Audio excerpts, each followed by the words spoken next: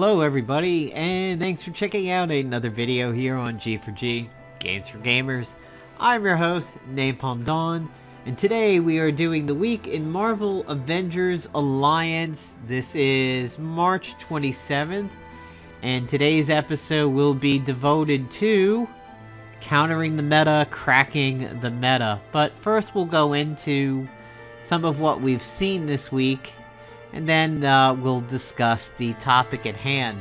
Today's background soundtrack is brought to you by Chrono Trigger, the symphonic music. Chrono Trigger and Chrono Cross, some of my favorite Square Enix games of all time.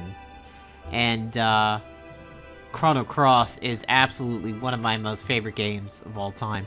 I did like Chrono Trigger, but I liked Chrono Cross a little bit more, so I need to go ahead and decide who I'm going to train right now, since I happen to have two bays open. So in order to do that, I'm gonna pop over here and look at my hero list, which I consider a handy-dandy little reference, and decide to go ahead and pick somebody.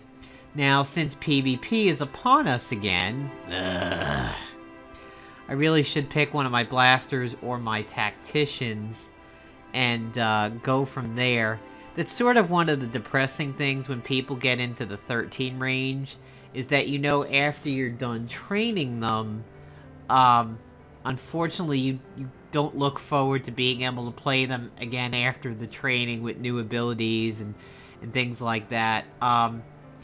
Lonely Wasp, she's my last little 11 here. I just recently brought up Falcon, so I could go with her to have no more 11s, but blasters and tacticians are the best PvP bonuses, and I should pick one of them.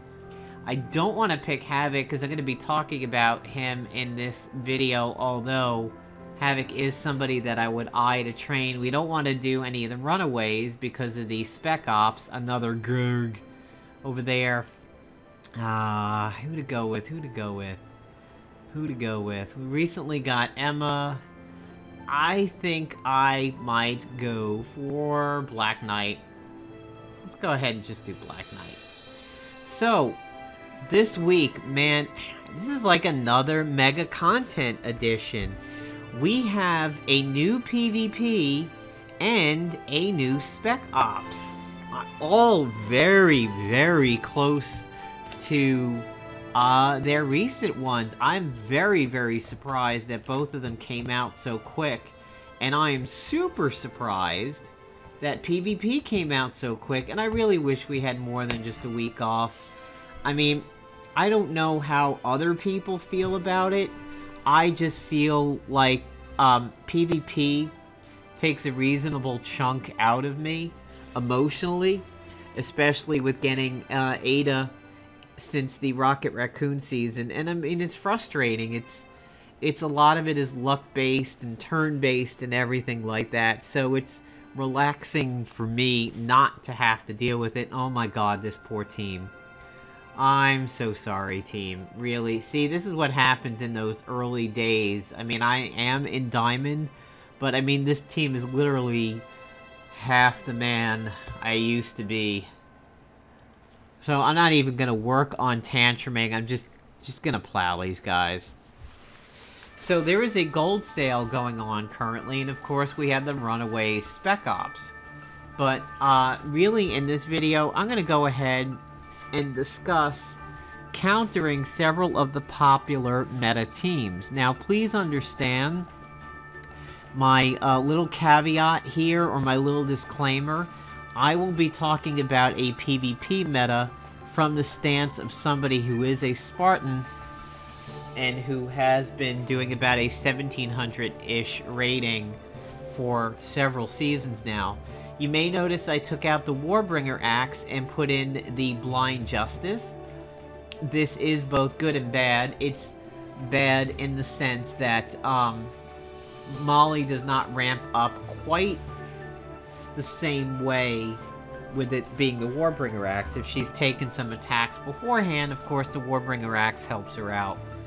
This one enables some other people to join in on her attacks, and since she takes so many, I figured it's a good way to go. Unfortunately, because they were so far down, that was a really pathetic jump over there. So I lost 13 and I gained 6. Alright, we'll leave it for there for now so we can get into the video. So, as we roll into talking about the meta crackers over here, I have to complete 2 stars of mastery in all spec ops for the gun. Of course, I have the task to go ahead and use little shocky android over there. And this task is really pissing me off. I have done this mission twice, and you can see I only have 3 of the 5 succubi, which is annoying. And I may as well go ahead and collect a distress call while I'm at it. So what are some of the popular meta teams on defense that really deserve countering? Well, I'm not going to talk about the individual heroes, but rather the pairings of them. Molly and Invisible Woman being one of the biggest, and Pesty and Red Hulk being one of the biggest. Now, obviously, Pesty definitely has other teammates. Red Hulk occasionally has other teammates. Molly, I feel it's kind of stupid to have other teammates, and apparently my allies don't want to load, which happens sometimes. Okay. So, let's go ahead and discuss some of the things that can counter the current meta. Well, for one, there's an interesting item here for sale. Before I get into the rest of the video, I want to bring up the techo-organic endoskeleton. This is definitely worth a purchase, and there are several reasons why. You have a chance at a follow-up, which is nice. However, it is unarmed, which is a little bit of a problem in the current defensive meta with the eye and the Thunderbolt glove and everything. So this does put your agent at a little bit of risk, but it has a lot of very nice protective elements to it, in that you are immune to bleeding and poison, you are immune to psychic and bio attacks, and you're susceptible to EMP grenades, but who cares, nobody's EMP grenading you in combat. Plus you do combo setup, which is a really good setup for a lot of teams like Pesty, like Red Hulk's level 1, like Molly, like Heroic Age Iron Fist, so on and so forth. We have the new PvP items, which are the Molly Hayes hats, the Meanie Beanie, the Polywog Protector, and the Kitty Cap. Okay, so, who works well in countering a lot of the current defensive teams that we see out there in the meta? Well, obviously bleeds are good for Molly. You make her bleed out. Absorbs are good because you make her pay for the attacking, but there are several things you can do beforehand. A team-up of Havok and Heimdall works fantastically to shut down Molly. And I want to go ahead and explain why. If you're using the weather control device and you're using Havok, you have now duplicate exhaustions going on. You have the chance to put them out twice, which can effectively counter turn order, screwing up your plan. Nothing is worse than exhausting Molly on your agent's turn through the weather control device, only to have the enemy agent clean her one attack before she goes, and then she's able to go ahead and get off her tantrum. Now, obviously, Heroic Age Iron Fist is good as a last-ditch effort in that he protects your team from debuffs, so that she doesn't do a lot of damage. But, depending on how she's ISO'd, she can still have at it for a very, very long time until your team is just worn down in either near death or lost somebody. Havok, along with the weather control device, helps you out because of plasma spheres. You do pressure points and you exhaust the enemy team. That's great for a blaster because he shuts down tacticians. The other thing is, on the Shattering Punch, it removes buffs. So that can be used, plus it's also a shield breaker. What you can do for the plasma spheres is have the plasma spheres do double duty. Because it is a ranged attack, you can apply the ionizing because it's energy, so you can have it go ahead and put out radiation exposure if you wanted to, but you can also equip a bursting on it. So how glorious is it for Havok to apply a shield breaker and an exhaustion right behind it? That means unless the person is cleaned, it's gonna stick. The shields are not gonna be able to override it. This also works out phenomenally well against Pesty and Red Hulk teams because, again, he's gonna shut down their extra attacks and he's gonna apply pressure points, which will do, you know, some marvelous debuffs to them. You know, having Red Hulk weakened and, you know, exposed and taking more damage is phenomenal. Same thing for Molly. If Molly's weakened, she obviously is not going to be able to do much. You can also apply the aiming augmented ISO 8, and then everybody takes increased range damage. But honestly, I think Shield Breaker is the way to go for this. And since Shield Breaker is already on his level 1, you could perhaps put several things over here. You could apply the ionizing to this one. You could apply the knocking to go ahead and have the chance to stun some people. You can do wide open if you use a lot of other melee. You can do, I think you should have been able to do pulpy. No, because it's not unarmed. Yeah, knocking and the ionizing are good for that because Shield Breaker is already built into it. And the other thing is, within round 2, you can charge up for the channel energy and go ahead and use the plasma wave and remove the highest threat. Now, I mentioned Heimdall. Let me tell you why I mentioned Heimdall as a good Molly counter. Heimdall, with his vigilance over here, has a chance to nope hand Molly. Unlike other things like Protector, extra turns, and everything, if somebody with big and fast jumps in on Molly and protects, they jump in for their one attack and then they jump back out again and Molly is still in her tantrum. If Heimdall goes ahead and uses his nope hand, her tantrum is done. That's it. It doesn't matter if she's attacked no times, 1 time, 42 times. Her tantrum ends right then and there. So if Heimdall stops her in the first attack or 2, or even in the first 3 or 4, the tantrum is over and your team is in good shape. The other thing is, much like Havok, he is a one-shot artist in the second round. In round 1, you Vigilance and Yallarhorn, and then a simple Ho Fund can easily take out most people in the second round. And again, this also works on Pesty and Red Hulk teams, simply due to the fact that he works on his own buffs. Now, of course, if he's weakened and everything and you can't clean him, he'll do less damage, but he's a bruiser in the face of a bunch of tacticians, so that's not really going to be much of a problem. So you now have 2 second round one-shot artists on your team, and you have some good Molly counters. You have a weather control device, you have Havok, and you have the nope hand potentially stopping her dead in her tracks. And, you know, depending on turn order, you can have her removed. Havok is a blaster. Havok will do extra damage to Molly. So that's one good team that works pretty well. You can take Heimdall out, and you can actually put in Ares instead. You can run Ares in Havok. Here's why you can do that. This here is a kinetic, but it removes buffs. So this is a good way of getting rid of Mystic Shroud in the first round. If you're running into a lot of Mystics, Crush Your Enemies will take care of it.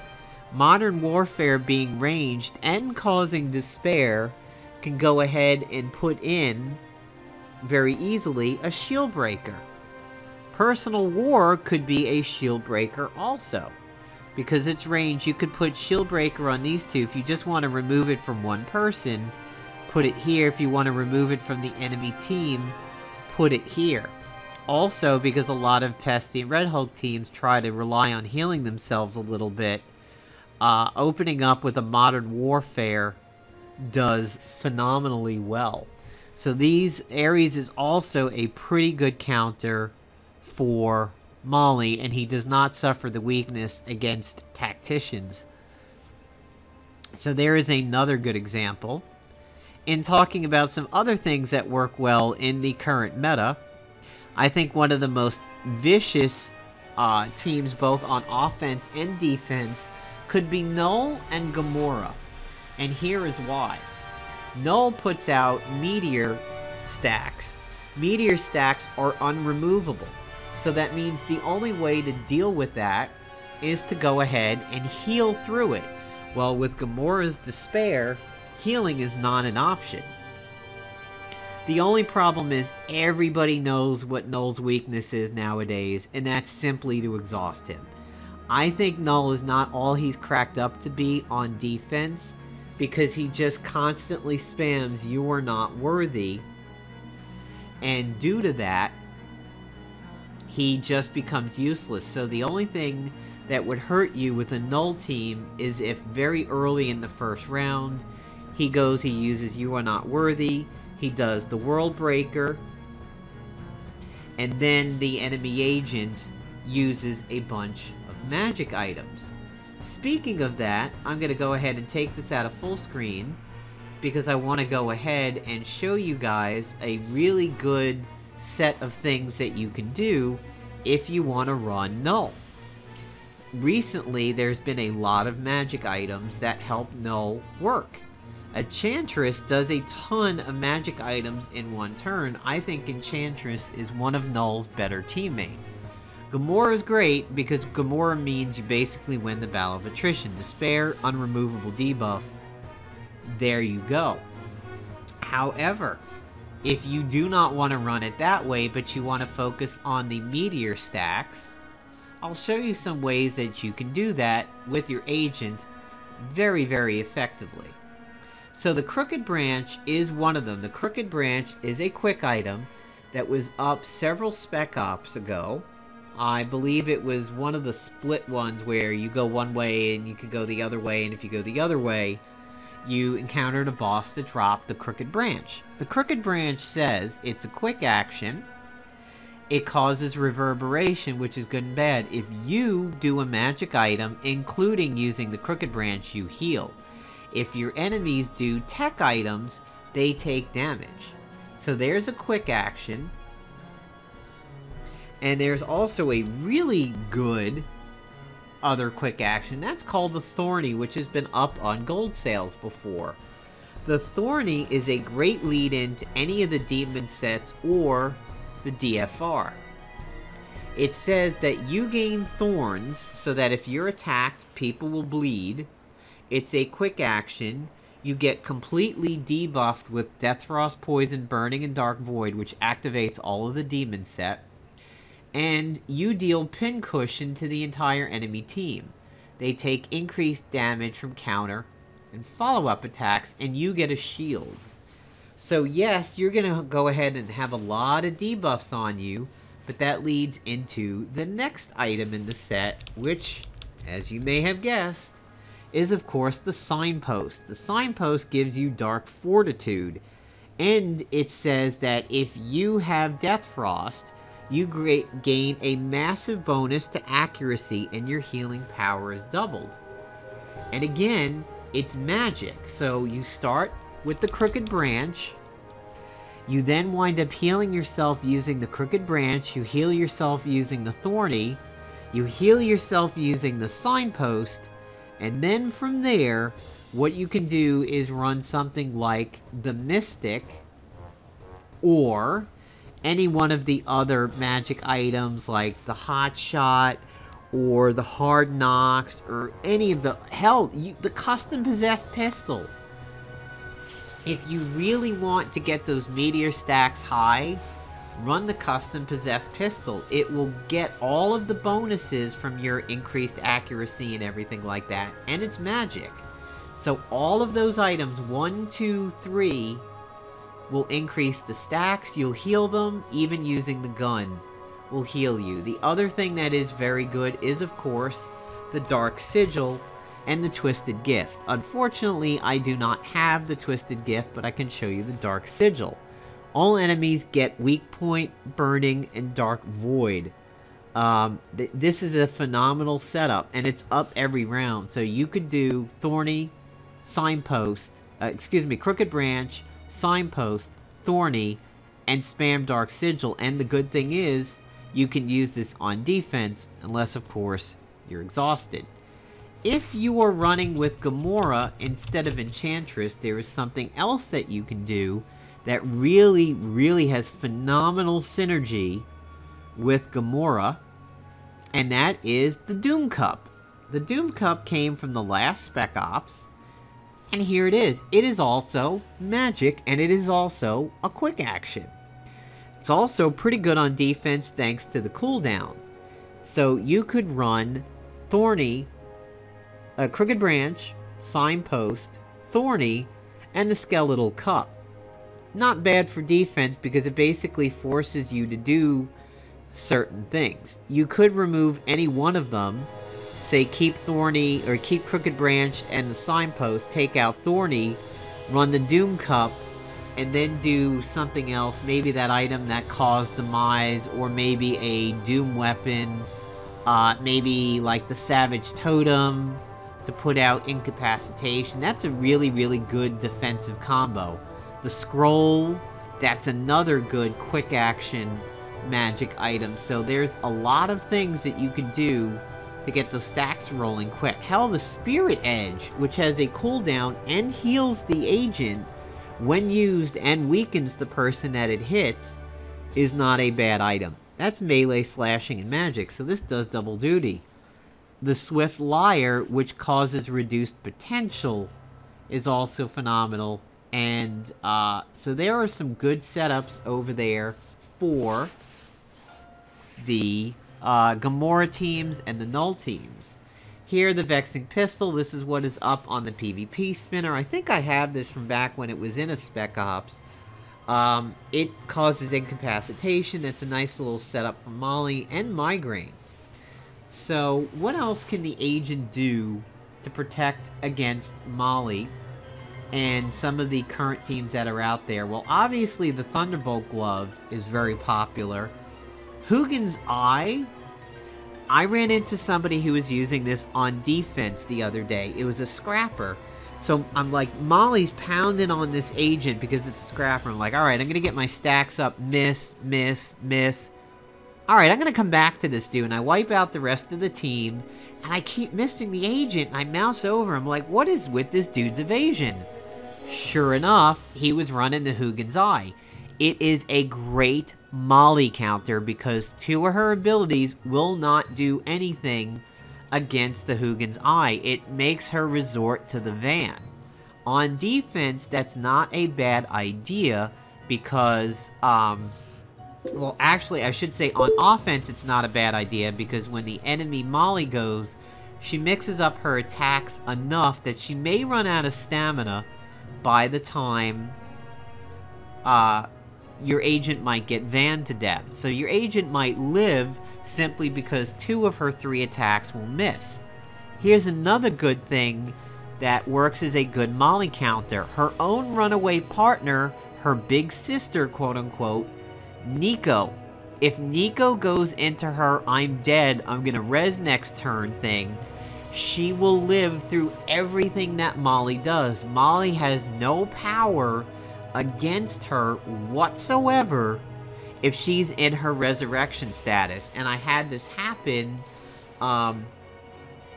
recently. I forget, I think it was Molly, I don't remember how I encountered it. I think it was a Doctor Strange and Nico team, and it was like on the first day of PvP. My Molly was going and was going and was going, and Nico was clearly dead. But because she was in her resurrection, I had to have Molly stop her tantrum. The fight would have went on for an eternity. So I had to stop, and I had to keep passing until Molly rezzed, and then I kicked her ass. So that's another great Molly counter, is using Nico. Nico will not die until it's her turn, so she will outlast Molly's tantrum. So if you're running an agent with Hugin's Eye and Nico, you have two people that will probably survive the tantrum. Definitely one. Plus, Nico has stick around, And if you stick around Molly, right when you know she's going to do her tantrum, she will miss several of her attacks and she may be forced to vanning, which uses her stamina way more, or she may even rest. Similar to if you stick around Deadpool before he uses his first attack, he will pass, because he wants to use his first attack and nothing else. The new gold sale item is this thing called the Moonen's Eye. It, like the Hugins Eye and the Cosmic Cardinal and a few others, cannot be activated. So it's not bad on defense. Your agent cannot use these. So it's a good way of corralling your agent into doing something you want. Like, let's say you did the Abative Helmet, these two things, and the GG Prototype. That would probably be really good for a Pesty Red Hulk team. 1, 2, Abative Helmet, GG Prototype. That means your agent will be forced into spamming this every single round. He will not, and he will be basically immune to Exhausted, because even if he has 5 stacks of Cosmic Energy, he will still fire at least one Prototype. So, the Moonen's Eye says, Determined Eye grants determination to an ally that was successfully attacked by a range attack. Removes catastrophic or catastrophic. I don't know what they mean here. They probably mean removes catastrophic. Well, I don't know what they mean. Removes True Strike. Does not affect Ethereal or True Strike. I don't know what they mean over here. But it says removes catastrophic from incoming attacks, but does not affect Ethereal or True Strike. So Gamora teams are still going to get through this, but not that there's that many True Strike ranged. Devoted Protection grants selective protector to all allies when attacked by ranged attacks. Does not activate if selective protector is already active. It says protects allies from single target and area attacks, does not protect against counterclasses. Reduces damage by 10%. This effect can be applied 5 times. So I think I'm going to try this out over here. And let's see exactly what this item does. So I'm going to pick the Sin fight, because the Sin has multiple mobs, and we'll see exactly how this eye works over here.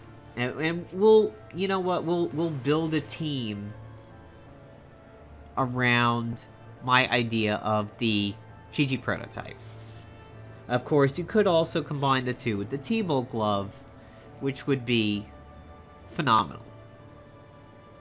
And actually, I should use Enchantress for this, but she's currently piloting a jet to keep her experience going. So, let's go ahead and get eye number 1. Let's go ahead and get eye number 2. Let's go ahead and get the Abative Helmet. And let's go ahead and get rid of the Weather Control Device, which I think has not left my inventory in forever since I've got it. Yeah, okay, fine. We'll go with that group. I was using Sif in the Asgardian daily. So there's a little bit of synergy here. Both of these chicks work with bleeds. GG Prototype causes internal bleeding, so this is not a particularly bad thing. If you notice, I have my Black Cat as a Scrapper. That's because Scrapper bonuses mean a lot more than Infiltrator. Sif has her ISO, so now everybody has the chance to join in on attacks.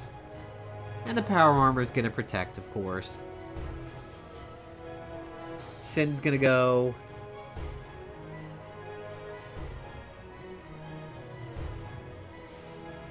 Alright, so let's see what's going on over here. Reduces damage. And reduce... So, alright, they're getting reduced damage. Man, with... I gotta tell you, with that combat training that reduces damage when you're above 80%, boy, I could see Groot groups on defense making huge strides with this. Because if you get that ISO that reduces his dot damage, that could be particularly disgusting.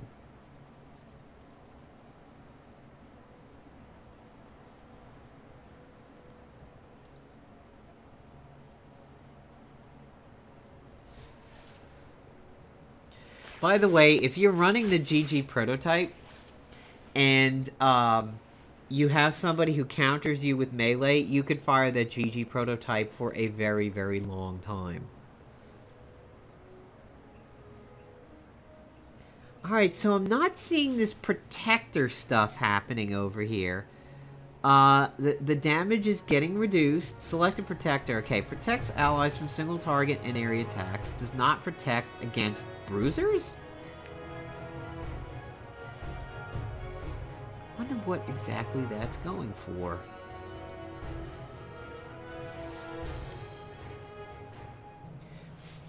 Maybe it's trying to say it does not protect... Oh, against the counter class. Okay, not counter classes like people... Okay, I get it. So, the opposite class from you, you cannot protect against. So, she's going to go ahead. She should be doing ranged. Aha, there's the selective protection. And there's, of course, the Berserker. And reinforcements are back.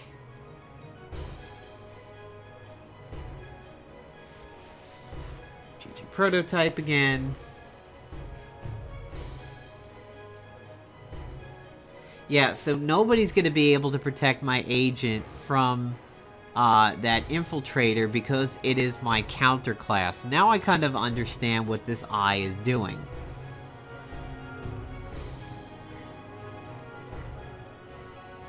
I would think the Emerald Prism would also work really well with this too, because now you have two things that continue to stack and reduce your damage.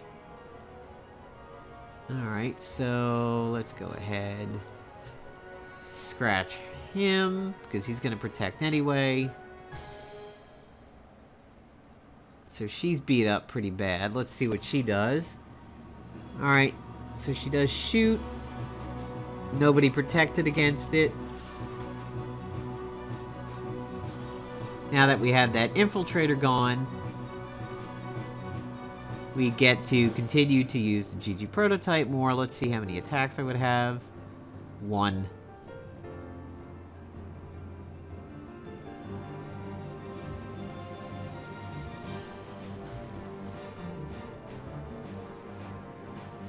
Alright, so that's what this what these eyes will do over here. It sets people up to protect.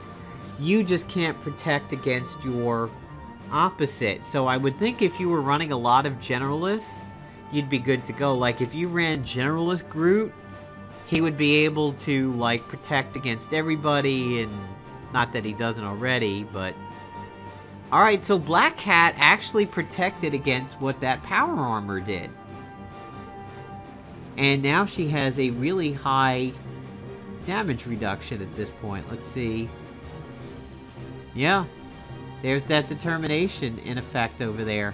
So that's an example of what you could do with the two eyes. And if you were running the Thunderbolt glove and a bruiser suit, you would manage to protect against everybody except enemy blasters. So hopefully that makes a decision for you guys if you're thinking about getting that item. I think it could work out extremely well. So let's see what this last attack does over here. Okay, so Black Cat stood up because it was a ranged attack. And then there goes the counter, and then there goes the counter, all from Sif's ISO on her level 6. That's all berserking counters that are going off. Alright, so let's go ahead and wrap up this video because we're at the 35-minute mark here. But I hope everything that we talked about in here was of value to you, and you get some ideas for countering a lot of the defensive teams. Maybe I helped you make a decision about the eye. I think it works out really well with the other eye, and of course the Bruiser Protector suit, or potentially any other protector items like Blade of the Guardian, the toolkit, things like that. So hope you enjoyed this video, and take care everybody. This is Napalm Dawn signing off for G4G. Have a good weekend.